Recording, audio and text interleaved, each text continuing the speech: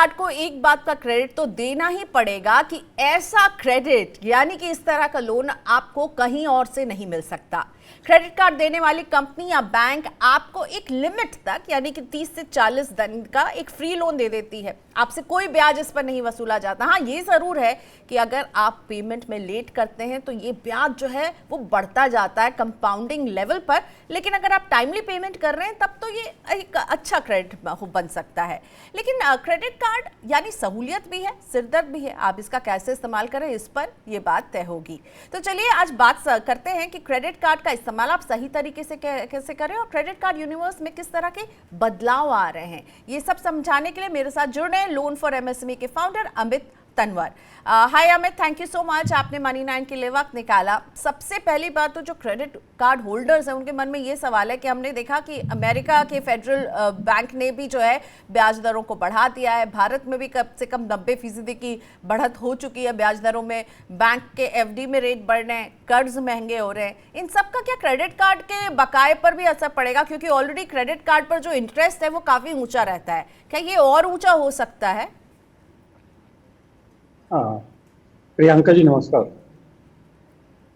प्रियंका जी, जहां तक रहे इंटरेस्ट रेट बढ़ने की और क्रेडिट कार्ड के बकाये की बात है, दोनों अनरिलेटेड टर्म्स हैं।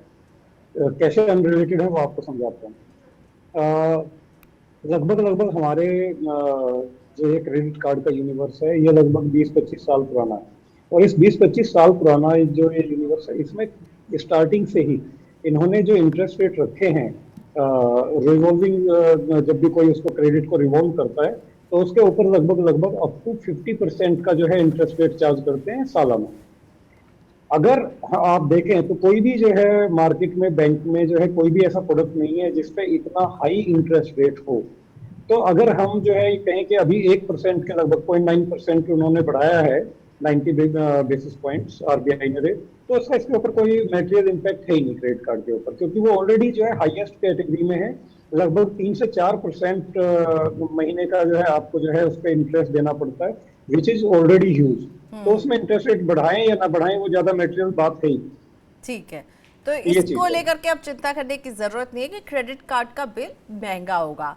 लेकिन एक नई चीज जो होने वाली है अमित जी वो ये है कि आरबीआई ने अपने मॉनेटरी पॉलिसी में ही अनाउंस किया कि वो क्रेडिट कार्ड को यूपीआई से जोड़ने पर काम कर रही है और इसके कुछ और डिटेल्स हमें आने वाले समय में मिलेंगे। लेकिन क्रेडिट कार्ड यूजर के लिए इस खबर को आप कैसे देख रहे हैं, उन पर क्या असर पड़ेगा?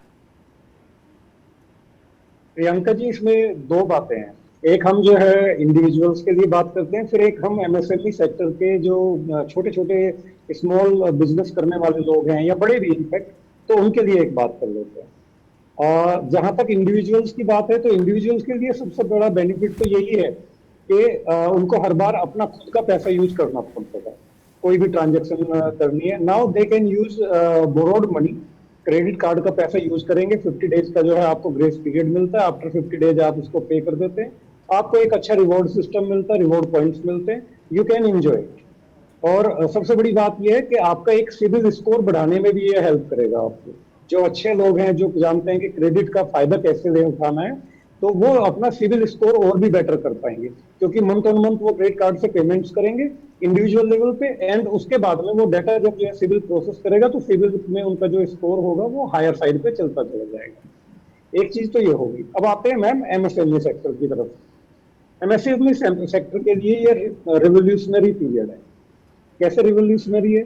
अभी तक जो यूपीआई ने किया वो लोगों को बताया कि आप छोटी छोटी 5 रुपए की पेमेंट, 10 रुपए की पेमेंट, एक टॉफी लेने के लिए आपको जो 1 रुपए की पेमेंट करनी है वो हो, या आपको एक मोबाइल फोन लेना है 30,000 का, 50,000 का, या एप्पल का 1 लाख रुपए का मोबाइल लेना है, उसके लिए सेम आप जो है पेमेंट्स कर सकते हैं अपने यूपीआई से, बट पैसा तो आपका अपना यूज हो रहा है। अब दूसरी बात ये भी है कि बहुत से लोग जो हैं अब इसको P2P पे मॉडल पे चलते हैं, यानी कि person to person. P2P model में क्या है, एक बिजनेसमैन जो है जिसको आप 10 रुपीज की पेमेंट करने जा रहे हैं या 50 रुपीज की आपने वेजिटेबल परचेज की है, अब आपको उसको पेमेंट देना है। पेमेंट देते हुए क्या होगा कि वो आपको अपना यूपीआई कोड देगा इंडिविजुअल। अगर किसी का नाम जो है संजीव कुमार है, वो सब्जी बेचने वाला है, तो संजीव के नाम पे वो इंडिविजुअल पेमेंट लेगा, वो अपने बिजनेस के नाम से पेमेंट नहीं लेता। अब क्रेडिट कार्ड के आने के बाद में या जो ये सबसे बड़ा चेंज आएगा वो ये आएगा कि जो है एमएसएमई के ये जो स्मॉल स्मॉल सेगमेंट्स है अनऑर्गेनाइज सेक्टर में, ये डायरेक्टली जो है पेमेंट ले पाएंगे, पहली चीज। दूसरी चीज, बहुत से लोग बोलते हैं कि यूपीआई से पेमेंट कर दो क्योंकि उसमें कोई एमडीआर नहीं है, कोई शुल्क नहीं है बेसिकली। अब यहाँ पर क्रेडिट कार्ड पे भी कोई शुल्क नहीं होगा, तो जो पीओएस है, पॉइंट ऑफ सेल का जो मशीनरी है जिससे आप क्रेडिट कार्ड स्वाइप करके पेमेंट लेते हैं, उसका एमडीआर जनरली रहता है 1% से लेकर के 3% तक, कार्ड टू कार्ड बेसिस। जैसे अमेरिकन एक्सप्रेस कार्ड के लिए 3% तक जाता है, वीजा कार्ड या जो है मास्टर कार्ड के लिए 2% तक जाता है। इसके अलावा और भी कुछ कार्ड कंपनीज है उनके लिए अलग अलग है। अब ये अगर आपका जो है क्रेडिट कार्ड यूपीआई से लिंक हो गया तो आपको एमडीआर या तो जीरो होगा आपका, या कुछ छोटा मोटा होगा, जैसे 0.50 हो गया या 0.25 हो गया, यानी कि क्योंकि आपको वो पॉश मशीन लगाने का खर्चा नहीं उठाना पड़ेगा। हाँ, उसका रेंटल नहीं आपको देना पड़ेगा पोस्ट मशीन का, पहली चीज। आपको उसके बाद में जो है जो आपको मंथली पेमेंट्स करनी है वो भी नहीं देना पड़ेगा, एक ह्यूज चार्ज। अगर कोई आदमी जो है 1 करोड़ रुपए की ट्रांजेक्शन करता है उसको 2% एक ह्यूज अमाउंट बैठता है, 2 लाख रुपीज का, 3 लाख रुपीज का। लेकिन जब आप जो है क्रेडिट कार्ड को यूपीआई से लिंक करने के बाद में पेमेंट करेंगे, वही एक्सपेंस अगर जीरो हो जाता है या 0.25% रह जाता है, it's a huge saving for business. बिल्कुल, तो एक जो पूरा जो हमारा पेमेंट यूनिवर्स है वो बदलेगा, फायदा कंज्यूमर को तो होगा ही, लेकिन जो लोग इनके जरिए पेमेंट लेंगे उनके लिए भी हम बदलाव आते हुए देखेंगे। अब मैं ये समझ एक चीज और, हाँ बताइए। एक चीज और, क्योंकि एमएसएमई की सेक्टर की बात हो रही है तो एक बहुत बड़ा फायदा और भी मिलना। आज आप असंगठित जो क्षेत्र है हमारा बिजनेस करने वालों का, उसमें क्या होता है, ये लोग डेली बेसिस पे, मंथली बेसिस पे, क्वार्टरली बेसिस 3 महीने के लिए और कई बार तो 7 दिन के लिए, 15 दिन के लिए भी पैसा उधार लेते हैं। ये सारी चीजें क्रेडिट कार्ड के आने के बाद और इनका सिविल स्कोर जनरेट होने के बाद, जब जिस दिन इनको रुपए क्रेडिट कार्ड भी मिलेगा उस दिन इनको 50 दिन का क्रेडिट पीरियड फ्री में मिलेगा। तो ये क्या करेंगे, कल तक जो साहूकार के पास जाकर के 10% के ब्याज पे ये जो है पैसा लेते थे, वो चीज भी जो है बंद हो जाएगी।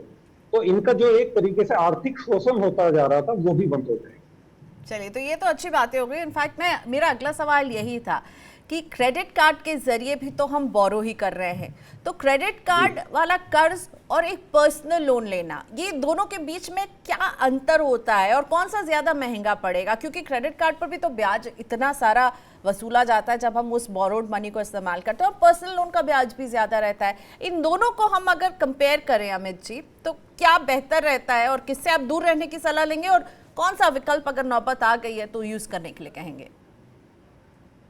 देखिए, जहां तक क्रेडिट कार्ड की बात है, क्रेडिट कार्ड में सबसे बड़ा, बैंक इस मामले में बड़े चालाक, मैं चालाक वर्ड स्पेसिफिकली यूज कर रहा हूं क्योंकि बैंक्स को पता है कि ह्यूमन टेंडेंसी है वो भूल जाता है चीजों को। बिल भूल गए तो उसको लेट पेमेंट चार्ज कर देंगे। अगर कोई और रिवॉल्विंग हो जाएगा क्रेडिट, ब्याज के ऊपर ब्याज देना पड़ेगा, जैसे आपने जो है प्रोग्राम के स्टार्टिंग में भी बताया था। तो ये चीजें होती हैं क्रेडिट कार्ड के साथ में।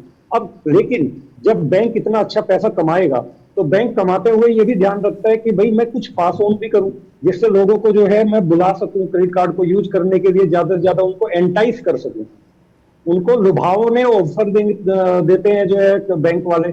अब लुभावने ऑफर क्या होगा, 0% ईएमआई कर देंगे आपको, जो है 5% पे दे देंगे, 3 महीने की ईएमआई फ्री कर देंगे, कुछ ना कुछ इस तरीके का जो है वो एक लुभावना ऑफर देंगे। अब अगर आपका वो सारा जो अमाउंट है, सपोज करो आप एक 30,000 50,000 का कोई शॉपिंग कर रहे हैं, अब आपका अगर 3 मंथ्स में आप नहीं दे पा रहे हैं तो बैंक के पास में फिर दूसरी स्कीम पैसा अर्न करने की क्या होती है कि जी आप 3 महीने और बढ़ा लीजिए या 12 मंथ्स का ले लीजिए ईएमआई, लेकिन उसमें हम आपको एक प्रोसेसिंग फी चार्ज कर देंगे, प्लस हम आपसे एक इंटरेस्ट चार्ज कर लेंगे। अब उस तरीके से बैंक उसमें पैसा कमाने के तरीके ढूंढ लेता है। अब आ जाते हैं पर्सनल लोन पर। पर्सनल लोन बड़ा सिंपल है, आपने एक्स अमाउंट लिया, इतने % पे लिए, इतना आपको इंटरेस्ट जो है देना पड़ेगा, इतने टाइम बाद ओवर हो जाएगा, फिनिश हो जाएगा। उसमें कोई आरबीआई के रेट बढ़ने घटने से कोई फर्क नहीं पड़ेगा क्योंकि पर्सनल एग्रीमेंट है, आपको इतने पे मिला इतने पे ही रहेगा। 12 मंथ का दिया, 12 मंथ में खत्म हो जाएगा। बिल्कुल ठीक है ना। अब जब हम जो है दोनों चीजों को कंपेयर करते हैं तो कई बार क्रेडिट कार्ड सस्ता होता है, जैसे कंज्यूमर ड्यूरेबल्स वगैरह में जो है आपको 3 महीने की अगर फ्री ईएमआई मिल रही है तो आपको ले लेनी चाहिए। बट अगर आप जो है बोरो करते वक्त आपको जो है सपोज कीजिए 14% के इंटरेस्ट रेट पे आपको जो है क्रेडिट कार्ड में पैसा लेना पड़ रहा है, प्लस इधर आपका दूसरे साइड पे जो है पर्सनल लोन आपको 11% पे पड़ रहा है, 3% की सेविंग। अब आपको जो है पर्सनल लोन लेना है या आपको क्रेडिट कार्ड लेना है, आपके सामने क्लियर है। एक तरफ ज्यादा इंटरेस्ट रेट देना है, एक तरफ कम देना, तो you have to decide accordingly. Right, ठीक है। लेकिन आपने जैसे कहा ना कि क्रेडिट कार्ड वाले जो है वो आपको अपनी ओर खींचने के लिए लुभावने ऑफर्स देते हैं, और इसी तरह एक क्रेडिट कार्ड में बहुत सारे हिडन चार्जेस होते हैं जो जब क्रेडिट कार्ड इशू होता है तो कस्टमर को समझ में नहीं आता है। तो वो कौन कौन से हिडन चार्जेस हैं जो आप हाईलाइट करना चाहेंगे, जो एक कंज्यूमर जो क्रेडिट कार्ड इस्तेमाल करता है उसे जानने चाहिए कि ये चार्जेस उसके क्रेडिट कार्ड पर वसूले जाते हैं? प्रियंका जी, ये बहुत बड़ा ग्रे एरिया है। बैंक क्या करता है, जब भी आपको क्रेडिट कार्ड इश्यू करता है, एक जो है एसओसी यानी कि शेड्यूल ऑफ चार्जेस की बुकलेट भेजता है। अब वो इतनी मोटी सी बुकलेट होती है, उसमें और बारीक बारीक शब्दों में बहुत सारी चीजें लिखी होती है, बिल्कुल। आप देखते ही नहीं है। अब आपको तो ये पता है ये क्रेडिट कार्ड है, मैंने स्वाइप किया, पेमेंट कर दी, अगर बाई चांस डिले हो गया तो जो है मुझे कुछ चार्जेस देने पड़ेंगे। अब वो चार्जेस कई बार इतने हो जाते हैं और उनके ऊपर डिस्प्यूट इतना हो जाता है। खासतौर पे मेरे पास जब कई बार केसेज आते हैं, जैसे किसी के क्लाइंट का आया कि भाई मुझे 10 करोड़ रुपीज लेना है, पता लगा उसका कोई सिविल का डिस्प्यूट पड़ा हुआ है क्रेडिट कार्ड का, जो सेटल ही नहीं हुआ था पहले, और उसमें जो है आपके जो है 2 लाख रुपए का उन्होंने बनाया हुआ है आपके ऊपर बिल। अब इस वजह से आपका सिविल डाउन हो गया, आपको जो है एमएसएमई बोरोवर्स को बड़ी प्रॉब्लम आती है इस चीज की वजह से। अब ये हिडन चार्जेस क्या है जो आपने मुझे बोला है इनको पॉइंट आउट करने को। सबसे पहले तो एनुअल चार्जेस। एनुअल चार्जेस में भी 2 तरीके के चार्जेस हैं। फर्स्ट ईयर फ्री कर देंगे, नेक्स्ट ईयर आपसे रिन्यूअल चार्ज ले लेंगे, और रिन्यूअल चार्ज भी नहीं लेंगे। अगर आप XYZ अमाउंट खर्च करेंगे पूरे साल के अंदर तो आपको ये भी माफ कर देंगे, नहीं करेंगे तो चार्ज कर लेंगे। अब क्लाइंट को तो ये लगता है कि इतना तो हो ही जाएगा, बाई चांस नहीं हुआ तो आपको एक चार्ज तो यहीं पे पड़ गया रिन्यूअल फीस के तौर पे। उसके अलावा जो है आपको कैश एडवांस चार्जेस देने पड़ते हैं, एटीएम यूज चार्जेस देने पड़ते हैं। अब आपको जो है कैश लेना है आपने, आपको उसमें 300-400 रुपए का आपको कम से कम बता रहा हूँ, कम से कम आपको जो है एटीएम यूजेज चार्जेस लग जाएगा। उसके बाद में जो है आपको कैश एडवांस चार्जेस लग जाएंगे, जो कि up to 3 to 4% of the transaction amount है। आपने अगर एक 10,000 रुपए की जो है ट्रांजेक्शन करी है तो उसके ऊपर 3% से लेकर के 4% तक, कई बार 5% तक भी आपको कैश एडवांस चार्जेस बैंक ले लेता है आपसे। इसके अलावा जो है लेट पेमेंट फी, मैंने बता ही दिया आपको कि अगर आपसे बाई चांस मिस हो गया आपका बिल तो आपको लेट पेमेंट चार्जेस लगेंगे। इसके अलावा आपको जो इंटरेस्ट देना पड़ेगा वो देना पड़ेगा। तो ये चीजें होती और है। एक चक्कर और है अमित जी, वो मिनिमम ड्यू वाला चक्कर, वो उसमें आप एक बार फंस गए तो आपके सामने इंटरेस्ट का पहाड़ खड़ा हो सकता है। मैं उस पर अभी आऊंगा मैम, और भी इसके अलावा बहुत सारी चार्जेस हैं, बड़ी जल्दी इसको कवर कर देता हूँ। और लिमिट यूटिलाइजेशन फी बैंक चार्ज करते हैं 500 रुपए तक। इसके अलावा जीएसटी जो है जितने भी चार्ज देगा बैंक, 18% का जीएसटी लग गया, तो यानी कि 5वां हिस्सा तो जो है जो कुछ भी आप खर्च कर रहे हैं उसका 5वां हिस्सा तो ऑटोमेटिकली ऐड हो रहा है, तो गवर्नमेंट को जा रहा है, तो गवर्नमेंट भी उसमें जो है आप एंजॉय करती है उसको। उसके अलावा जो है फॉरेन करेंसी मार्कअप फी। प्रियंका जी, अगर आप जो है कभी घूमने के लिए बाहर जाएं, भूल करके भी अपने डेबिट क्रेडिट कार्ड का यूज न करें, जब भी करें तो फॉरेन करेंसी के लिए स्पेसिफिकली कार्ड लेकर के, अदरवाइज आपको इतना करीब करीब अप टू 5% का जो है कन्वर्जन चार्जेस देने पड़ सकते हैं। ठीक है। इसके अलावा जो है कैश डिपॉजिट चार्ज, अब ये एक बड़ा इंटरेस्टिंग आपको लगेगा। कैश डिपॉजिट चार्ज क्या है, आपको अपना सपोज कीजिए HDFC बैंक का एक जो है कार्ड आप यूज कर रहे हैं, मैं नाम लेके स्पेसिफिकली बोल रहा हूँ क्योंकि वो चार्ज करते हैं इसलिए। अब HDFC बैंक के कार्ड के लिए आपने सोचा कि मैं इसकी कैश में पेमेंट कर देते हैं या कर देती हूँ, आप गए जाकर के ओवर द काउंटर आपने जो है अपना कैश दिया, वो कहेंगे हम कैश हैंडलिंग चार्ज भी लेंगे आपसे। अब वो 50 रुपए भी हो सकता है, बैंक टू बैंक डिफर करता है, 100 रुपए भी हो सकता है, कई मामलों में 200 रुपीज तक भी हो सकता है। इनफैक्ट ब्रांच को एक्सेस करने के लिए भी आपको कई बार चार्ज कर दिया जाता है कि आप ब्रांच में आए, हमारे आदमी का आपने टाइम लिया है तो हम उसके बदले में चार्ज करेंगे, जबकि वो कस्टमर बैंक का ही है, बैंक का ही क्रेडिट कार्ड यूज कर रहा है, इसके बावजूद भी उसको जो है चार्ज देना पड़ता है। रिवार्ड हैंडलिंग चार्ज है, उसके बाद अप टू 99 रुपीज 199 रुपीज के रिवार्ड हैंडलिंग चार्ज बैंक लेता है। और सरचार्ज के थ्रू एक मोटी कमाई कमाते हैं सभी बैंक। रेलवे की टिकट बुक करनी है उस पे सरचार्ज ले लेंगे 25 रुपए 50 रुपए, स्कूल की फीस पेमेंट करनी है क्रेडिट कार्ड से, उसके ऊपर चार्ज ले लेंगे सरचार्ज। आपको जो है कंपटीशन एग्जाम की फीस पे करनी है उसके लिए चार्ज ले लेंगे। इसके अलावा आपको पेपर स्टेटमेंट चाहिए, उसके लिए 100 रुपए ले अमित लेंगे जी, आपके। आपके ये जो हिडन चार्जेस की लिस्ट है वो रुक ही नहीं रही है। मुझे लगता है हम लोग को एहसास ही नहीं होता कि हम कितने तरह के चार्जेस क्रेडिट कार्ड पर दे रहे हैं। अगर ये सारे चार्जेस मिला दूं तो साल का 200 टका कमाता है बैंक क्रेडिट कार्ड से। माय गॉड, सोचिए जरा, मतलब हमें एहसास ही नहीं होता है। अब एक सवाल मैं आपसे ये पूछना चाहूंगी कि कई बार मैंने देखा है कि एक, मतलब मैं किसी से मिली हूँ जिनके पास एक क्रेडिट कार्ड था और उस जी। पर जो है उनका बन गया काफी बकाया, तो उन्होंने एक और क्रेडिट कार्ड इशू हो गया, उससे उसको चुकाते हैं, फिर उसके नाम पे एक और क्रेडिट कार्ड हो गया। इस तरह से 4 क्रेडिट कार्ड है। एक क्रेडिट कार्ड का इस्तेमाल दूसरे कार्ड के बकाये को चुकाने के लिए किया जा रहा है। ये कितना आपको वाइज डिसीजन लगता है?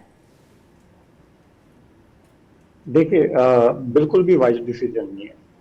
इसको टोपी घुमाना बोलते हैं हमारे नॉर्मल टर्म्स में, कि टोपी घुमाई जा रही है। अब जहाँ पे भी आपका एक जगह जो है पेमेंट्स वगैरह जहाँ से आप उम्मीद कर रहे थे कि मेरी टाइमली आ जाएंगी, वो नहीं आई, तो ये टोपी घूमने का काम बंद हो जाता है और आप एक विशियस सर्कल में फंस जाते हैं। अब ये विशियस सर्कल क्या है कि आपके ऊपर इंटरेस्ट बर्डन बनना शुरू हो जाता है। Continuously you have to pay the interest, interest on interest, compounded interest आपको पे करना पड़ता है और ये कंपाउंडेड इंटरेस्ट आपका मंथली बेसिस पे हो रहा है। तो it become a huge cost to you. सबसे बढ़िया है, जब भी इस टाइप की कोई प्रॉब्लम आती है, कोई पर्सनल लोन ले लीजिए, किसी से, अपने फ्रेंड से, फैमिली से बोरो कीजिए पैसे को और क्रेडिट कार्ड का बिल फुल में पूरे में चुकता कर दीजिए। अगर नहीं करेंगे तो आपको जब तक आप समझ पाएंगे, हो सकता है आपको 25-50 हजार रुपए की तो कम से कम जो है इंटरेस्ट कॉस्ट लग चुकी हो। राइट, तो यही होता है डेट ट्रैप। इससे बचना है आपको। एक क्रेडिट कार्ड, दूसरा क्रेडिट कार्ड, तीसरा क्रेडिट कार्ड, बिल्कुल नो कहिए। ऐसे पैसे की जरूरत में अगर ऐसा फंस गया कि पेमेंट नहीं हो पा रहा है, दोस्तों से, परिवार से, बैंक से पर्सनल लेकर के इसको चुकाइए। यहाँ पर एक छोटी सी चीज और ऐड करूंगा मैं, प्रियंका जी।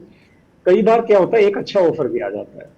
सपोज कीजिए आपको जो है आज 1 लाख रुपए की देनदारी है किसी क्रेडिट कार्ड पे, अचानक ही दूसरे बैंक ने आपको ऑफर दे दिया कि आपको हम इंटरेस्ट फ्री जो है बैलेंस ट्रांसफर का जो है अलाउ करते हैं। 3 महीने में आप कर दीजिए पेमेंट, तो 3-3 महीने में इक्वल अमाउंट आपको पे करना है। तो ये आपके लिए कई बार इजी हो जाता है। ओके, तो ऐसी फैसिलिटीज का भरपूर यूज कर लेना तो चाहिए। इवैल्यूएट कीजिए, बैंक से बात कीजिए और रास्ता ढूंढने की कोशिश कीजिए।